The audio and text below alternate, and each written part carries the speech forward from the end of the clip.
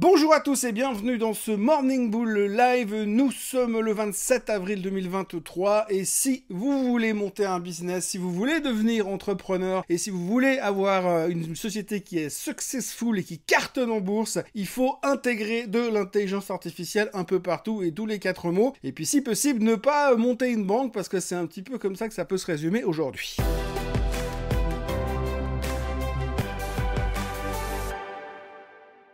Donc, nous avons un marché qui a terminé légèrement en baisse un peu partout, que ce soit en Europe, aux États-Unis. Le seul truc qui s'en sort relativement bien aux États-Unis, c'est la tech. Le Nasdaq termine en hausse hier soir. Bon, pas une monstre hausse, mais en hausse quand même. Microsoft a donc récupéré 7% et aidé le marché à tenir le coup de ce côté-là. On se pose cependant beaucoup de questions dans d'autres parties de l'économie. Alors, pour l'instant, si on regarde simplement l'économie technologique, tout va bien. Microsoft cartonne. Hier, on a vu les résultats de Meta, c'est pareil, ça cartonne aussi. Superbe résultat, meilleur que les attentes. Et ils mettent de l'intelligence artificielle partout. Je suis tombé sur un article ce matin qui disait Microsoft a cité 50 fois le mot intelligence artificielle dans son communiqué de presse d'hier, enfin d'avant-hier quand ils ont publié leurs résultats. Et si vous regardez ce qu'a dit Zuckerberg hier, il a placé aussi probablement 50 fois le mot intelligence artificielle dans son communiqué sur les résultats de Meta Platform. Donc en gros, c'est de nouveau la thématique à la mode. On adore ça. Meta Platform prend 11% after close à cause de l'intelligence artificielle, mais aussi des bons résultats. Tout le monde est revenu sur son opinion sur Meta. Je rappelle que depuis une année, c'est une boîte de et que tout le monde est revenu sur la question en se disant finalement ils ont bien tourné la veste, ils ont bien restructuré la société, bon ils ont viré 25 000 personnes au passage, mais c'est pas grave. Du coup apparemment l'environnement de travail est meilleur, la boîte est plus stable, c'est pas moi qui le dis, c'est Zuckerberg qui l'a dit hier soir, et en plus il y a de l'intelligence artificielle. Que demande le peuple? C'est juste la meilleure société qu'on puisse avoir. Si vous avez tout ça en même temps, c'est formidable. Vous licenciez, vous faites des résultats mieux que les attentes, vous êtes positif pour l'avenir, et vous collez de l'intelligence artificielle dans votre communiqué de résultats, et c'est fantastique, ça fonctionne très bien. Par contre, pour ce qui est du reste, c'est un peu plus compliqué. C'est un peu plus compliqué parce que on a vu, on se pose quand même beaucoup de questions. On sait qu'on va avoir les publications du PIB américain tout à l'heure. On commence à s'angoisser en se disant et si le PIB était plus bas que les attentes? On voit quand même un ralentissement dans l'économie quand on regarde non seulement les chiffres économiques, mais également les déclarations des sociétés qui ne parlent pas d'intelligence artificielle, qui vendent des trucs concrets et qui vivent dans la vraie vie et qui ne sont pas de la technologie. Eux, ils ont quand même l'air de dire que ça ralentit très fort et que ça fait très mal. Donc du coup, il y a quand même des conséquences qui vont nous tomber dessus en se disant peut-être que la récession va quand même nous tomber dessus et ça va faire un tout petit peu bobo. Jusqu'à maintenant, on était concentré sur l'inflation et ce que la Fed allait faire. On aura nos réponses la semaine prochaine, vous le savez, mais une fois que ça sera fait, on va peut-être pouvoir passer à autre chose et peut-être que cette autre chose sera la peur de la récession. Mais en tous les cas, pour ce qui est de la Fed, eh bien on va attendre jusque là, mais c'est vrai que depuis quelques jours, on en parle beaucoup et hier, on en parlait peut-être encore un peu plus que d'habitude. Et d'ailleurs, pour imager cette crainte de la récession, il faut simplement voir ce qui s'est passé par exemple sur le pétrole hier. Alors le pétrole s'est fait démonter, on traite autour des 74 $ et des poussières maintenant. On est revenu en dessous du prix auquel nous étions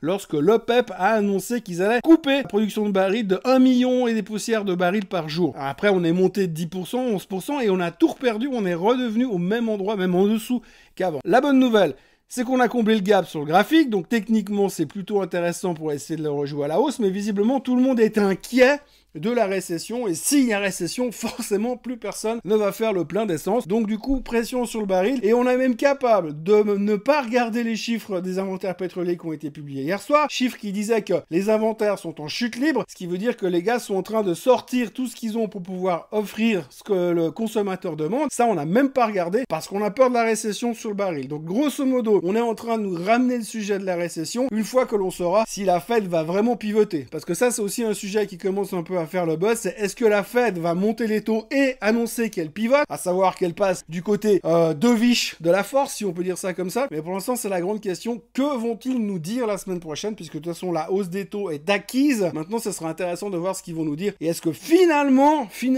on va avoir ce foutu pivot qu'on attend depuis au moins le mois d'août l'année passée. Et puis alors, le troisième sujet de la journée, après la tech qui va bien à cause de l'intelligence artificielle, après les craintes de récession, eh bien, c'est la crise des banques, oui, je sais, je me répète, je suis désolé, c'est pas moi qui choisis l'actualité des marchés, mais on repart dans la crise des banques. Alors ce qui est intéressant surtout, c'est pas forcément la crise des banques, c'est la crise de la banque, puisque le problème actuel, c'est First Republic. Donc First Republic, ils ont communiqué hier, parce qu'ils se sont pris 50% dans la tête mardi, et hier ils se sont dit, il faut qu'on communique pour dire aux gens que tout va bien, et que finalement, on est juste en train de restructurer la boîte. Alors ce qu'il faut savoir, c'est que First Republic, lors de la publication des résultats en début de semaine, ils ont fait un conf call pour les résultats devant les journalistes et devant les analystes. Et en fait, en général, dans ce genre de conf call, à la fin, eh bien, vous ouvrez la parole aux analystes et aux journalistes pour qu'ils puissent poser leurs questions. Eux l'ont pas fait. Ils ont fini le truc, ils sont partis, ils ont pas répondu aux questions. Donc forcément, ça a moyennement plu à la communauté de la finance, et donc ils se sont dit, ouais bon, on va quand même leur dire un mot sympa, on va revenir mercredi, et on va communiquer. Alors ils ont communiqué. Bon, pour être franc avec vous, ils auraient eu meilleur temps de se taire, parce qu'ils ont effectivement parlé hier soir, en disant grosso modo qu'ils allaient restructurer la boîte pour lancer un turnaround, qu'ils allaient réduire le staff, les employés, de l'ordre de 20 à 25%, et qu'ils allaient se reconcentrer sur leur métier de base. Métier de base du banquier. Qu'est-ce que c'est le métier de base du banquier? C'est un grand débat, on va pas rentrer là-dedans parce que sinon il y en aurait pour des heures. Mais ce qui est assez intéressant, c'est que si vous regardez le communiqué de presse, si vous lisez ce qu'ils ont dit hier par rapport à ce qu'ils veulent faire de leur société, ils ont fait quasiment mot pour mot la même déclaration que Crédit Suisse a fait juste avant de se faire bouffer par l'UBS. 3-4 jours avant, ils ont fait le même discours, et le week-end qui a suivi, on sait comment ça s'est terminé. Eh bien, First Republic ont fait exactement le même discours. J'en suis à me poser la question s'ils n'ont pas simplement été faire un copier-coller sur le discours du Crédit Suisse, parce que ça y ressemble fortement. Donc du coup, la déclaration qu'ils ont faite hier, avec leur déclaration d'intention de montrer patte blanche et de dire qu'ils allaient faire tout ce qu'il faut pour revenir à leur métier de base, bah ça a pas plu du tout. Le titre a encore perdu 30%, et là on est à moins 96% depuis le 1er février, grosso modo. Donc, alors ce qui est assez intéressant, c'est que finalement on a l'impression que sur les banques régionales américaines, il n'y a pas de panique qui se déclenche.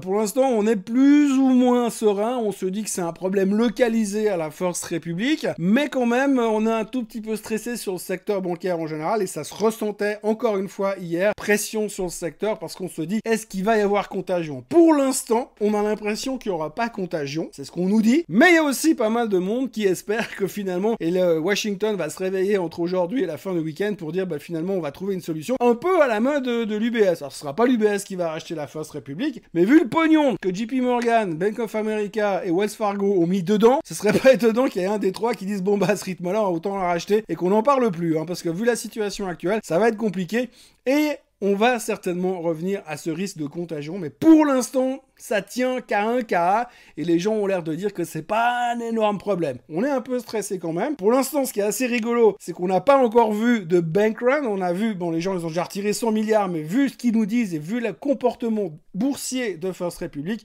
il serait pas étonnant qu'on ait une deuxième vague.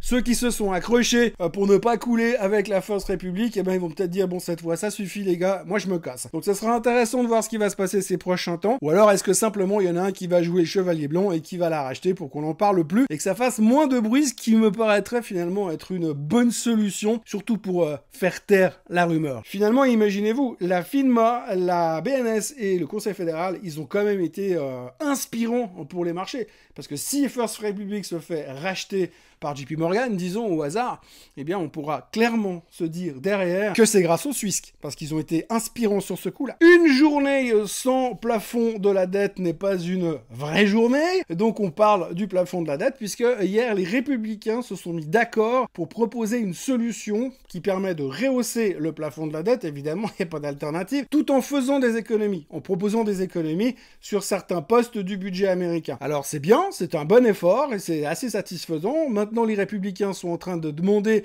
de communiquer leur plan et de pouvoir en discuter avec les démocrates. Et les démocrates, le chef des démocrates, c'est le président. Et le président, il a dit, on veut bien discuter, mais il n'est pas question de faire des concessions sur les dépenses. Alors c'est cool quand même, hein, parce que finalement les gars ils sont surendettés, ils ont plus de pognon, mais ils veulent pas arrêter de dépenser de l'argent, c'est assez intéressant. Donc c'est bien parce que d'un côté vous avez les républicains qui veulent couper dans les dépenses et vous avez les démocrates qui veulent pas. Donc on avance bien sur ce coup-là. Et puis c'est assez intéressant parce qu'effectivement la petite phrase du président rappelle un petit peu Emmanuel Macron qui dit « Moi je veux bien discuter avec les syndicats, mais je veux pas discuter des choses qui fâchent et je veux pas parler du problème des retraites. » En gros c'est « Je veux bien parler avec vous, mais par contre je veux pas de conflit et puis je veux surtout que vous soyez d'accord avec moi. » Donc le plafond de la dette pour l'instant c'est pas réglé et ça risque de prendre encore un tout petit peu de temps pour qu'on s'en sorte, mais il est clair qu'ils vont nous garder le suspense puisqu'en général ils trouvent toujours un accord dans les 48 heures avant la fin du monde, comme dans tous les bons films hollywoodiens. Pour le reste, eh bien, on va bien sûr parler des chiffres économiques qui vont sortir aujourd'hui, puisqu'on aura quand même les jobless claims, qui est toujours un chiffre important le jeudi, puis effectivement le PIB, comme ça on aura l'occasion de reparler de la récession. Et puis au niveau des publications trimestrielles, il y aura du monde